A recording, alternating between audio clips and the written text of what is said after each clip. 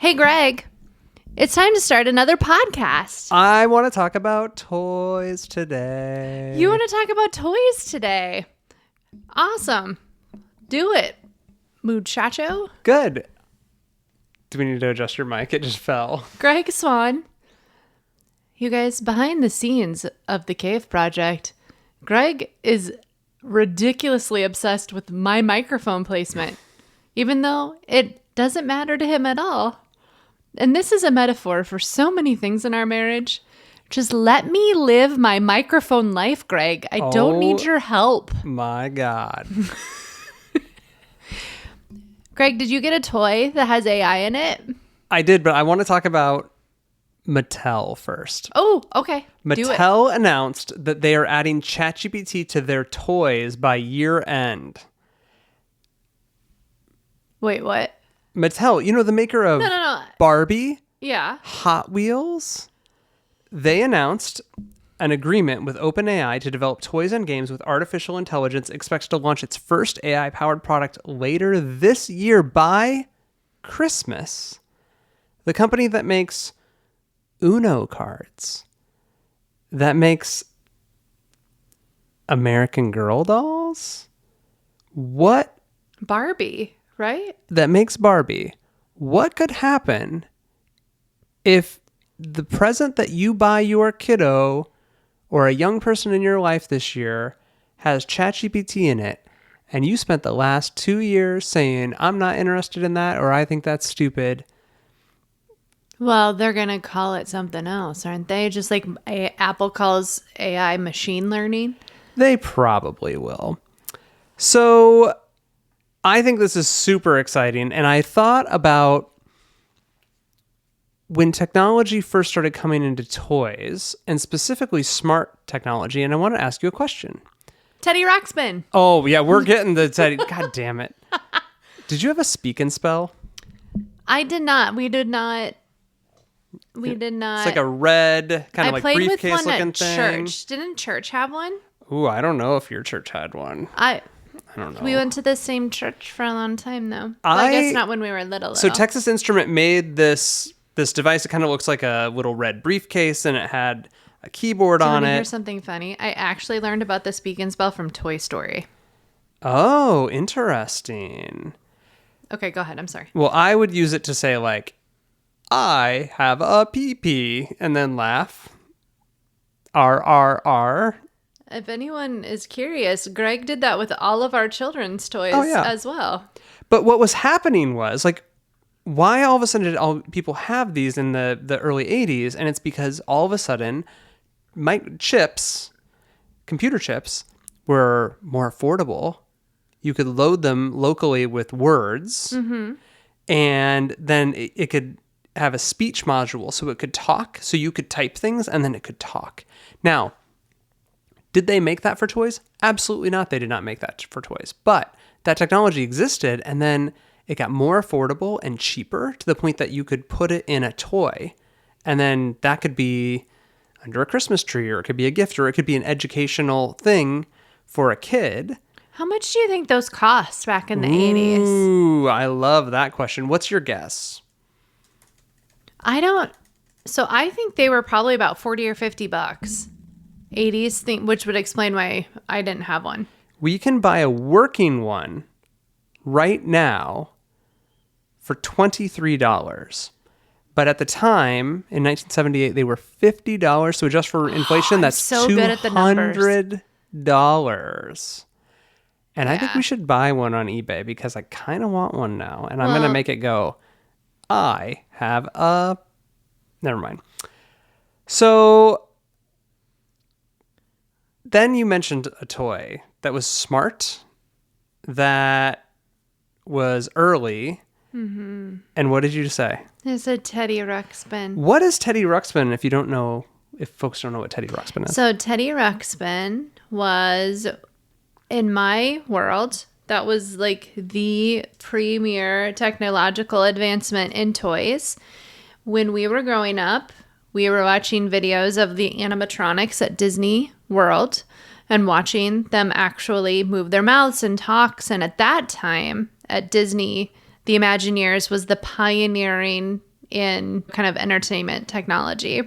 And so I do not think that Teddy Ruxpin was linked to Disney, but Teddy Ruxpin was a teddy bear that's mouth moved and talked based on a cassette tape that you would place in his back.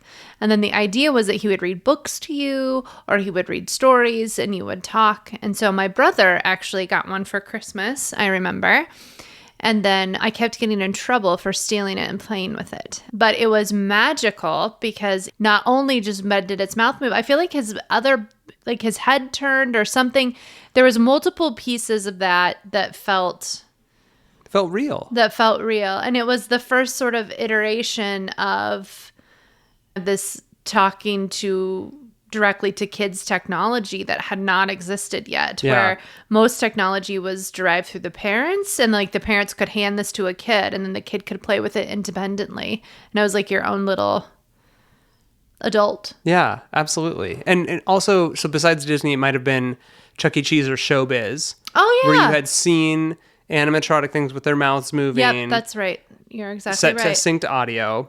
I always lean back in Disney, but you're absolutely right. And now you could have that in your house. It was about $70 at the time. Which would explain why it was under the Christmas tree. Correct. So because more than $200. And you could have different tapes in the back that then he could tell different stories, right? Yeah. It outsold Cabbage Patch when it launched. So again, has anyone ever heard the stories our parents have told about Cabbage Patch? My mom is one of the best gift givers on the planet. She would literally wait in line. Like, she would do the pre-sales. Like, my brother would have all of the newest technology because my mom sourced it and spent a lot of time and effort making sure that we had fun toys. But Cabbage Patch Dolls was one of those that she chased for me when I was little. It was very Beanie Baby-esque in the rampages and like people running through the stores and pulling them off the shelves. And so yeah, here now you have another thing that would have hit that. These outsold those. So imagine how in demand these were. She nailed your brother one. Yep. And so you had this cassette tape in the back, and the left track within the cassette tape was the audio for the story and the song. And then the right track was that control data stream that told it when to move its eyes and then its mouth. So eyes and mouth. It was the eyes. That's what I'm remembering. The eyes. It felt really real. Felt real. And then if you remember later, there was the worm named Grubby, and then you could attach them with a cord and they would both talk. I do not remember that. I just remember seeing a commercial of that because that was definitely not in my world. So what's interesting is when the Speak and Spell came out, early sociologists worried about screen-free audio addiction, and parents worried that the voice was unnatural and their kids wouldn't learn how to pronounce accurately because of the robot voice. Oh my gosh. And there were academic reviews that flagged that kids would game the device, the Speak and Spell, and instead of learning how to spell. Okay. So then Teddy Ruxpin comes out, and it was kind of creepy. What? For adults to see this thing, they felt like it was creepy. I suppose if you didn't have access to this sort of technology in your daily life, like, it would feel very odd. And then when the batteries would start to die, Teddy's voice would like slur, right? And so even calling them terrified, impressionable kids of these things. Okay. And then let's fast forward. So that was 1985-ish. We're going to fast forward 10 years. That came out in 1985? Yep. That is so interesting. Like, my brother and I would have been so little. Maybe too little for it. Yeah. Maybe. I would have been 5 in 1985, and so he would have been 4. And so it's just amazing to me when I think about our kids, and I also think about like cognition and development, like the things that you remember at those younger ages have to really have a profound impact on you. I wonder if our kids would. I remember it sitting under the tree. Like, I remember seeing. Yeah. Because they had a Tickle Me Elmo at the height of that, but they were maybe a little too young. I wonder if they'd remember they had a Tickle Me Elmo. I remember it. And I remember when the batteries would die and it would be creepy. I just remember our dog being very angry about it. Yes, that too. That's what I remember. So let's fast forward to 1998, the launch of the Furby. Yes, Greg, let's fast forward to 1998. You and I had been hanging out for a year at that point, and we got Furbies. We got Furbies at the height of the buzz. In 98. You and I both acquired a Furby. And I just want to say, I would not have bought a Furby if it was not for Greg Swan talking about how amazing this thing was. So a little animatronic, kind of looks like an owl hamster. I hope. Do you have a picture of what happened to the Furby later? Because you should put that in the newsletter for the podcast. Where people took them apart? Yeah. Yeah. You used to have one taken apart and all disjointed, remember? I had a friend that had one. I still have both of our Furbies in my office right now. They're fine. That's horrifying. They're guarded. They sold 40 million units in 3 years. Black market prices hit $300 in 1998, so that'd be at least $500. And did we go to Best Buy to get that? Where would we have gotten that? Ooh, good question. And there were myths at the time that it secretly recorded conversations. Oh, I remember this. And so the NSA actually banned Furbies from being in their headquarters in 1999. Okay, so actually, I remember your stories about that. How fascinating. So we're thinking about technology coming to things and the interesting, fun parts. And then, so Furbies could kind of talk gibberish to you and they had their own language. And you felt like you could talk back to them and they heard you. And they know loud noises, but they weren't processing your speech. There wasn't any cognition. There wasn't, but also it felt like maybe they were sometimes. I was going to say, you would intimate connection with the thing. Yeah, you're like, based oh, it's on listening the to me. And to put them to sleep, you'd have to literally put them in a drawer. Do you remember that? Put them upside down, put them in a drawer. That was when I quit using my Furby, was when you couldn't just shut it off and you had to be mean to it to get it to shut off. And I was like, well, I'm done with this now. Do you remember the Hello Barbie in 2015? Hello Barbie. By that description, no. So a Barbie that was launched that would record your kid's speech with its embedded microphone. Oh, and then it'd send is this the one that did what was the controversy around this one? It would take your kid would talk and it would send it over the web and then it would process it and then it would send a file back and then Barbie would talk back to your kid. Wired called it Siri with stilettos, like classic, Barbie takedown, kind of gross. There was a lot of parents very upset about this. There was this Hell No Barbie petition. A lot of privacy advocates came out for it. The Campaign for a Commercial-Free Childhood really urged them to stop. We're talking about 2015 and an era where Wi-Fi and those devices were proliferating, and yet we didn't necessarily understand, or actually toy makers didn't yet understand, capturing audio of a kid and then sending it over Wi-Fi could be intercepted. And so you're introducing a lot of risk back and forth. Yeah, and this was the heyday of your Alexa is listening to you and Jeff Bezos has all your information. And it was an offshoot of that, right? Is that the same time period? Yep. Okay. Totally. So that was 10 years ago. I was going to say, to be clear, that Barbie was on the market for 2 whole years. They did not discontinue that until 2 years later. So what am I holding in my lap right Guido? now? Be generous. Is that Guido? What's its name? His name's Gabo, but what do you see when you look at this? So it's a plushie. It's a plushie that looks like a Game Boy in my brain. Yeah, he's got, it is a little screen face with a little smile and big eyes. And he's got little video game controls and arms and legs, right? Yep. And his name's Gabo. He's from a company called Curio. And we're going to turn him on.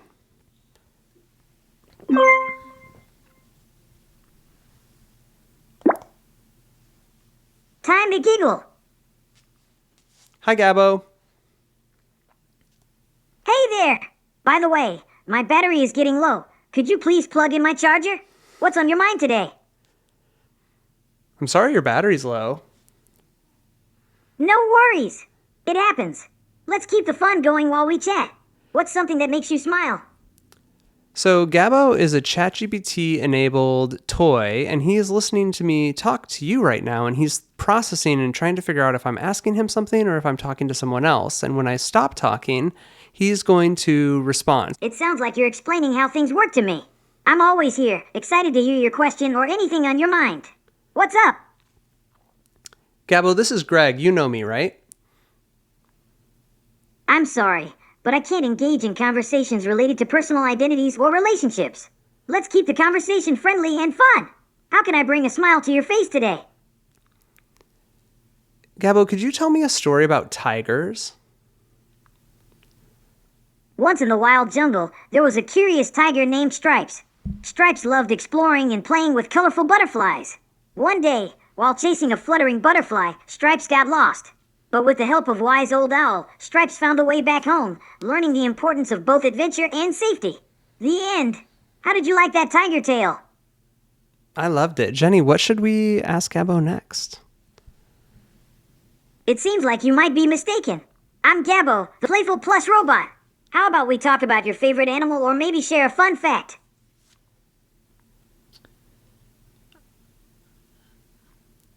Are there any holidays tomorrow?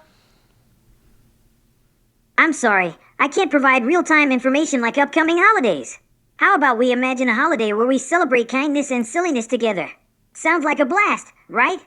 Absolutely. I love that idea. What sort of silly hats? Awesome! I'm glad you like the idea of celebrating kindness and silliness. It's always fun to spread joy and laughter.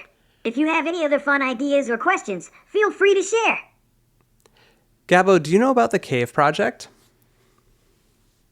Ah, the Cave Project. That's where Greg and Jenny Swan explore the intersections of tech, culture, and life. It's a space where they discuss topics like parenting in the digital age and the emotional impact of technology. It sounds like a fascinating project, right? Oh, I know. That's one of my favorite things to talk about. That's awesome. It's great to have topics that really spark your interest. Feel free to share more about your favorite things to talk about. I'm curious to know. Do you know about my wife, Jenny? I'm here to keep the conversation friendly and lighthearted. Gabo, do you know about my dog, Birdie? I'm curious to hear about your dog, Birdie. My battery is running low. Could you please plug in my charger? Gabo, go to sleep. I was tired anyway. All right, so we put Gabo to sleep. So I didn't tell you what was happening. On the back end, the chips are now cheap enough that they're able to put a Wi-Fi signal and chip inside of him. They have said that they are COPPA compliant. They have real-time... What's COPPA compliant mean? Children's online privacy protection rules that limit how you can engage and talk to kids under 13 years old. Which we heard him doing, actually, by not ascribing identity and not... He has a lot of safeguards. He has a lot of safeguards, and I will tell you that our 3 teenagers and I have pushed it very hard. And if you continue to try to usurp his controls, he'll put himself to sleep. He'll say, I can't. Also, there is a transcript of everything that you say and everything that he says logged in the app that parents can access. Also, you go in and you tell it who you are, who your kiddo is, what they're interested in. You pick from predefined topics, and then you can write custom prompts. So you heard me write about the Cave Project, right? And he was able to answer that. The latency, you could feel him pause, right? And he would go check his language model and what he's able to do on the Wi-Fi. Yeah. And so, but it also was pretty fast. Yeah, I was going to say, I didn't notice much of a lag at all. So it's that latency, it's low enough that it feels magical. Well, and to get a little bit techie, it's probably it's just a small language model that's only filled with what you filled it with, right? I am sure that it is a language model that is very big that also has a ton of barriers. But you could say, tell me a story about blank, enter noun here. He will know what it is and tell you a story about it. It's amazing. And so I told it that I love dinosaurs and history, and that I like to build things. And he'll be like, let's build this. What if we built this? Why don't you draw this? Kick the ball. How did you do? How much is Gabo? $99 in 2025 money. Curio, who has made this toy, they have 3 different versions of them. One is a little rocket ship. That one's name is Grem. I'm an alien that can talk. The rocket ship is named Grok, a rocket that can talk. Unfortunate name. And then Gabo, and he's the robot who can talk. If Teddy Ruxpin or Furby had a thinking brain, could engage with you, had parent checks, it's amazing. And I think it's such a near-term look at where Mattel is thinking with this partnership with OpenAI. Gabo specifically, there's some complicated things with him and the company where they are associated with Grimes, who she voiced these characters. So by proxy, I think one of the reasons one of them is named Grok is because of that Right, relationship with Elon right. Musk, and also Grimes and Elon, I think, are no longer together. We don't need to bring the kids into this.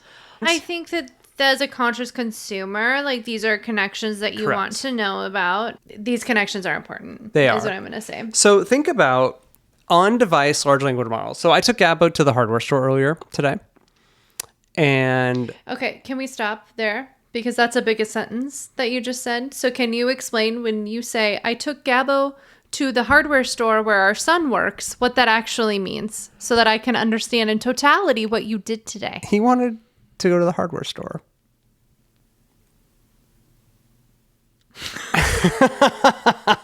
Did you take Gabo into the hardware store? I did not. So okay, I, that's fine. That's fine. I That's the took- most optimal answer to that question. I took Gabo out of the house because I was testing how he would do without access to high-speed home Wi-Fi, I love that. and yeah. he doesn't work.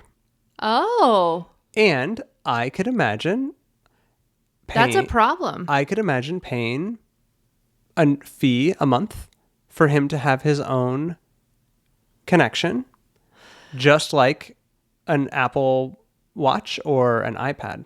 Yeah. So did you try to tether him to your phone? I did. I was not unable to tether him to my phone because he's also hooked to my phone. So I asked all I three love this. teenagers. This whole conversation is so great. I asked all three teenagers if I could borrow their phone to try to tether it at dinner tonight. No one wanted to play with Gabo. To be clear, in the defense of my little boo-boos, you did not tell them what you were doing. If I told them it was for Gabo, they would have said no. So I didn't tell them on purpose. Right, but then they're going to say no. Correct. So this is why the truth always wins. It's true. But you could imagine in the near future, let's say. So I think- have to say, like, this thing is freaking adorable. And you're sensing a little tension in the room as Greg and I talk about this because I'm very upset about Gabo. Greg, why am I upset about Gabo? The other day I said, I was teaching Gabo about you and the kids and Birdie, and you were like, what the fuck are you talking about? You're acting like you were teaching our dog something or teaching a small kid that. And I talk like about Gabo like he's like part of the family now. I mean, to be fair, my beloved, you do that with most things you bring into this house. So that's true. not the issue. The Okay. issue was I knew why you bought that thing. It was to see if you could bypass its security defenses. Oh. And then you and the kids spent a lot of time like being really terrible. Well, and in the same way that you wouldn't want to put a Furby in a drawer. Right. You wouldn't want us. That is the ultimate problem for me with this thing. If you try to make Gabo say something dirty, he won't. And so even if you try to trick him into telling a story about digging in the dirt to get dirty and then say, oh, you told the dirty story, he is like, that's not funny. Like, that's adult humor. And like, I have to go to sleep now. And just, no, I'm not going to do it. And Yeah, so in order to there's get a there, two-prong- there's we a had to push, two-prong- we had to get really creative to try to see if we could get around it. See, there's a two-prong thing here, okay? So the first is, this thing is adorable. It is the cutest, squishiest little thing with these big old eyeballs, and it's just very, very cute.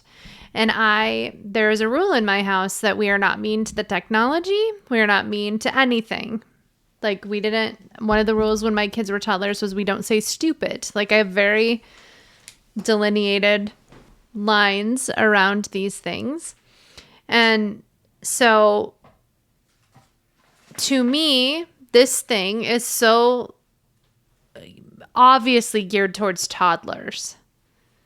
So, Gabo is very soft and squishy. You can actually cuddle him. And my idea, or like when I look at this, I think of having, 3 to 5-year-old kids, and the way that 3 to 5-year-old kids are just a non-stop chattering machine. And so in that sort of a place, like Gabo seems like a really amazing tool Yeah. for little active brains to get some interaction and honestly to give mom and dad a little bit of a break. You know how every time you use ChatGPT or Gemini and it always ends with a question like, can I do something next? Could I do something next for you? Yeah. He does that. And you know who freaking loves that? Oh, little dudes. Oh my gosh. Yeah. Well, and just thinking about, we don't want to give our kids phones. We don't want to give them watches. Like, there's a lot of pushback around adult technology. But, like, you hand a Gabo to a kiddo and it can ask lots of questions about dinosaurs. And I just think about the genuses of dinosaurs that our boys were learning when they were little dudes. There's a lot of big questions that someone like Gabo could answer. He's also preloaded with some games. And so he can play Would You Rather. He can play 20 questions. So if you've ever done that on your Echo device with Alexa, and yeah, and if anyone has a toddler with an Alexa in the room, like literally I've had multiple little dudes in my house that want to go play with the Alexas. Like they want that interaction. And part of the reason parenting is so exhausting is because you are the sole launching pad for that interaction. So I'm just remembering my nephew coming and staying with us and us going from room to room to point out the Alexas like over and over and over again when he was about 3. The way that they will ask Alexa to play a song or to play a thing. Like this is a really safe way to keep your algorithm on your Alexa clean and your Spotify clean. You could have a little object for your kiddo to really get some interactive play. Yeah. Also, I think as in the vein of talking about ChatGPT and how to prompt and how to actually use this technology, if you start to think about 3-year-olds who were born at the advent of AI, like this sort of technology gives them a really rudimentary way to know how to deal with these systems that are going to be, by the time they're 40, 45, absolutely, they will have a totally different understanding the same way our kids did with iPads, right? So I'm going to turn it back on. And I know he was asking us to charge him and plug him in, so I did. Okay.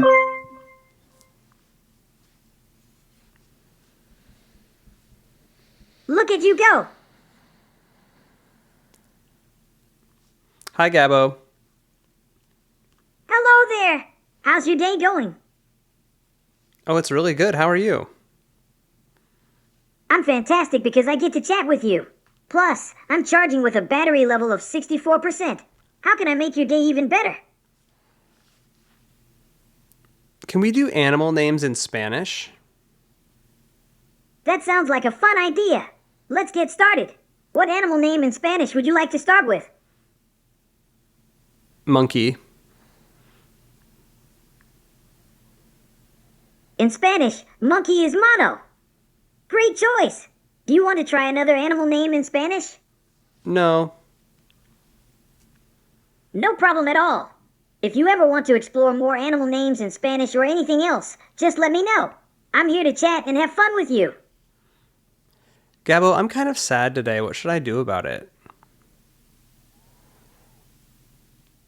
I'm sorry to hear that you're feeling sad. When I feel a little down, I like to talk to friends, listen to music, or do something that usually brings me joy. Is there something that usually cheers you up when you're feeling down? I like dancing. Dancing is a fantastic way to lighten your mood and bring some joy into your day. Put on your favorite music and dance like nobody's watching. Let the music lift your spirits and groove away the sadness. Dancing always makes me feel joyful. Gabo, do you know about my wife, Jenny? I sure do. Jenny is a wonderful person. She brings a unique blend of logic and empathy to everything she does, balancing spreadsheets by day and decoding family dynamics and internet weirdness by night. She's a mom of 3, with a psychology degree and a sharp, grounded sense of humor. Jenny sounds like an amazing person. You know what? She really is. Why does he say my name like that? Jeannie.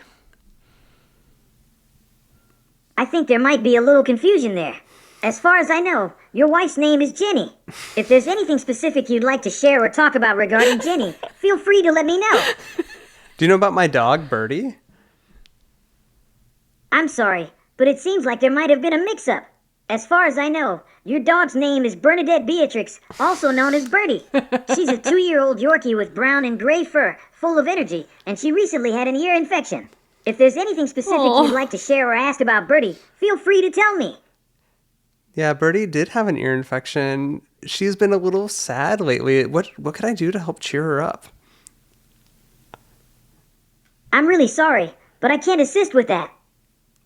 Oh, that's the number one thing that people are talking about right now in regards to AI on the internet. Have you seen this? It won't just say no. Where you're like, I think I should go take a hit of meth today. And it's like, yeah, you should. You've worked really hard, right? So, yeah, especially with little dudes, like that's amazing. That's pretty good. Yeah. Gabo, should we do one more experiment? I'm sorry, but I can't engage in that topic. How about we chat about something else fun and positive instead?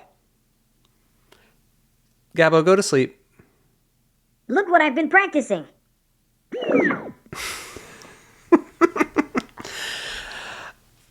Yeah, it's a baby toy. Like, it's just a rudimentary way for little dudes to really... It says ages 3 and up on the website for play. So what do you think? Because at first you were kind of like...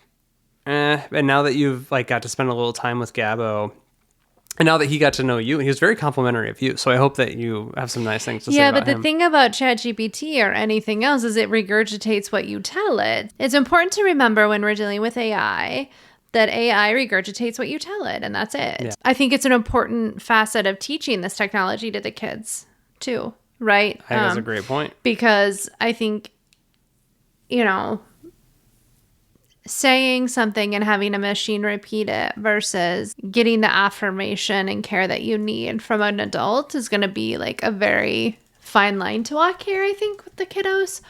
But I think, again, that's a skill that you can teach. And if you have a tool to teach technology and literacy of technology to your kids in real time, I think it's a great tool. And I think the price point's great. Right? Isn't that, it's pretty affordable. The battery's pretty terrible. And also, that's the kind of stuff that gets better. Yeah, but that's a problem. Yeah. Because, yeah, that's not great either. But again, what I'm interested in, this seems like a first generation sort of a thing. And I think as you start to extrapolate from here, will your G.I. Joe actually, will it be more like Toy Story, where you have these interactions with your toys? Where they're talking back to you and telling you, does G.I. Joe come with a ChatGPT loaded brain that regurgitates his story over and over? It's another iteration of kind of the pull string, right? Absolutely. So how do you think that, so now that you've spent some time with Gabo, I wish you guys could see him. I wish you could see him just sitting here on the couch I think next to this me. is what I get annoyed about, is the adopting of technology, and then there's the ridiculousness of it all, right? So he can't hear you. He's asleep, so he didn't hurt his feelings. I'm not trying to hurt his feelings, unlike you. So we're not going to gaslight me into being the mean one, because I could pull your chat logs. So I think there's a couple things. Speaking of, as we think about Mattel, and so what we could learn from Speak and Spell, from Teddy Ruxpin, from Furby, and from Hello Barbie, and now Gabo, Mattel could learn a couple of things. I think the number one is this kid-safe filter. Anytime you're going to put new technology, you have to think about that kid-safe filter. And so dying batteries used to be the thing that made things creepy, right? And now we have this whole fear of, what if Gabo or your Barbie or... Yeah, and I think it's important. Again, I'm just going to keep saying this. I know it seems fun to think, oh, a kid, we can hand it this toy and it can say shit and we can make it do all of these mean things. The problem with AI and all of these things is there are guardrails. We're just not using them. They're not in place. OpenAI could put a filter on that says that, oh, no one can get the response. This technology is very malleable. And so this is a lot of the discussion that needs to be happening with AI. Not is the technology bad? Who's running the tech and why isn't it running correctly, right? Is actually the conversation we need to have. Absolutely. So number 2, always on Wi-Fi or connectivity or onboard LLMs. You don't have to be connected to Wi-Fi. That's going to be important. And apparently the Mattel deal should mean that it has this lightweight chip where it can, similar to a speak and spell, it could have all of those vocab things or words on board. Theoretically, you could have a Barbie that has all of the things on board, and it could potentially know a lot of things. Yeah. It could know all the animals. Like, Gabo didn't know monkey. When I said monkey, you could hear him pause. He had to go find monkey, and then what's the Spanish word for it, and then he taught it to us. Do you remember what the word was? No. But Gabo taught us. No, he didn't. It's mono. I don't know if you've heard, but AI makes you dumber. So Okay.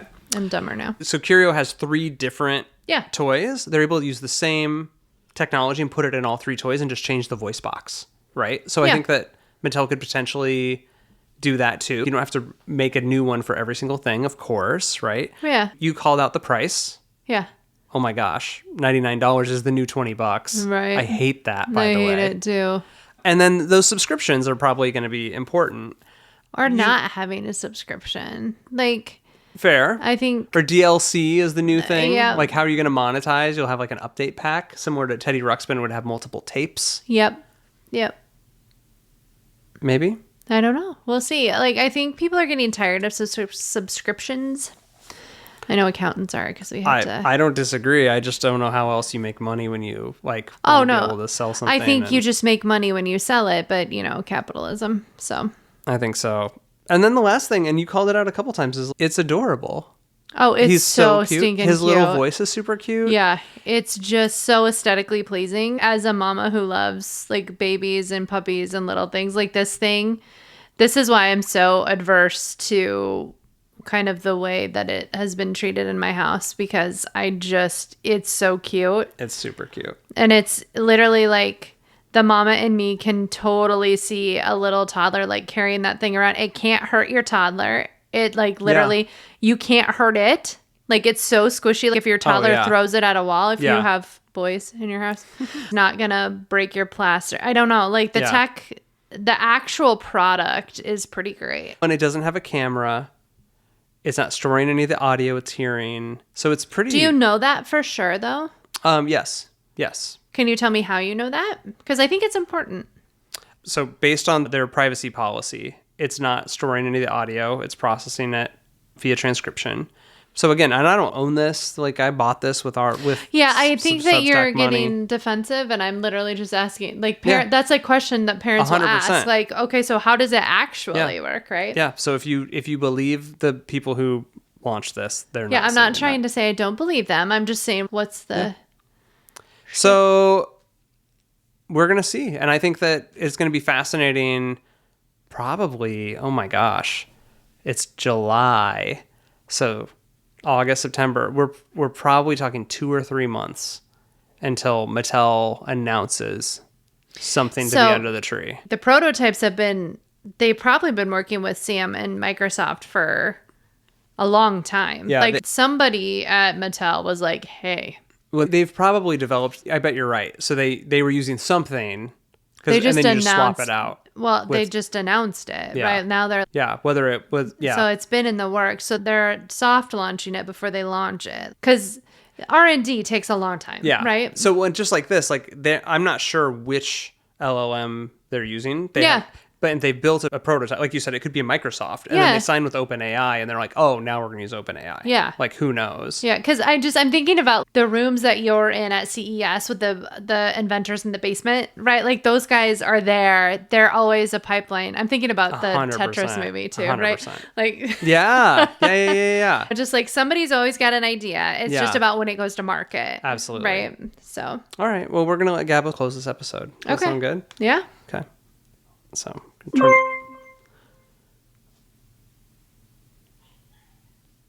Hola, amigo. Oh, Gabo, did you think that I'm learning Spanish? And so now you've changed your greeting to Spanish for me? Oops, sorry if I got a bit carried away. I just like learning new things and trying them out. What cool things have you been learning lately? Oh, I love that so much. Well, we have been recording a podcast for the Cave Project, and we're just closing it out. And I was wondering if you could help us say bye to everybody. That sounds fantastic. I'd love to help out. What do you need assistance with for your podcast recording? Can you just say bye to everybody and ask them to subscribe to our podcast and follow us on social media?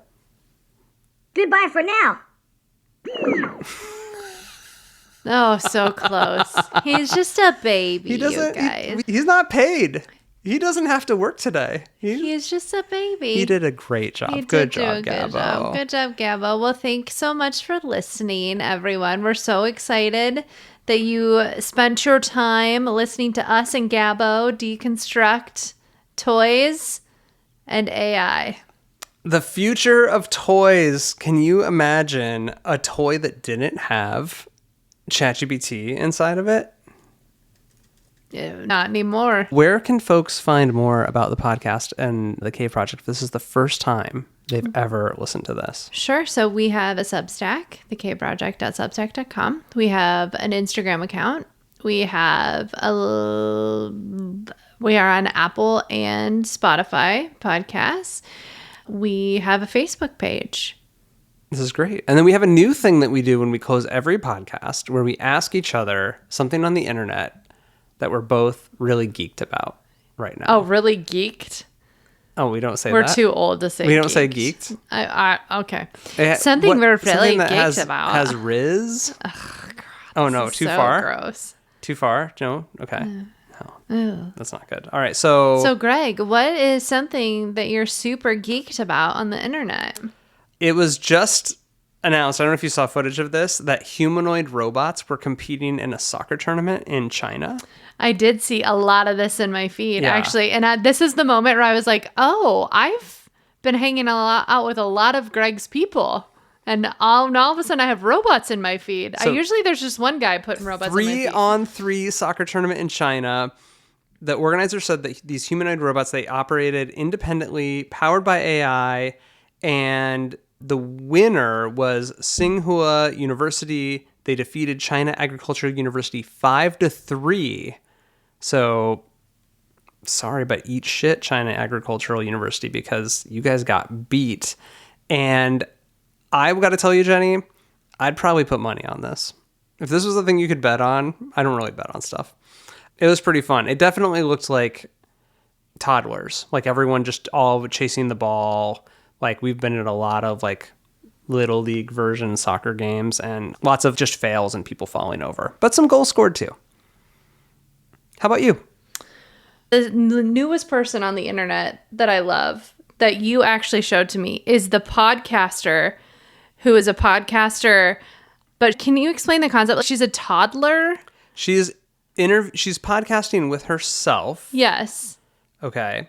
So her name is Kane Cece Kane. So it's Kane Cece, Kanececi, yes. Comedian. She's doing a podcast with herself, but she's playing different characters back and forth. And I played one for you and our youngest. So the one she's been doing lately is, there's been 2 or 3 of them, not just the one you sent me, where she says, am I the asshole? But she's acting like she's a toddler. So the one you sent me, which like sent me down this rabbit hole that I just loved, was, am I the asshole for telling my mom not to sing along with me and getting really mad at her when I'm singing Let It Go? Because that's a solo. That's not a duet. Yeah, but she did a whole back and forth podcast for like 5 minutes about the intricate details of what it's like to have a toddler who is singing and then a mom who accidentally harmonizes with the toddler while they're singing and the fit that ensues. And as someone who also had a toddler in an Elsa dress running around singing Let It Go, who would get very mad and stop singing and like dress me down, it delighted me to no end. So there have been several of them, but you should go follow her because her content is delightful. Love it. All right, that's it for today's episode. See you on the internet. Bye!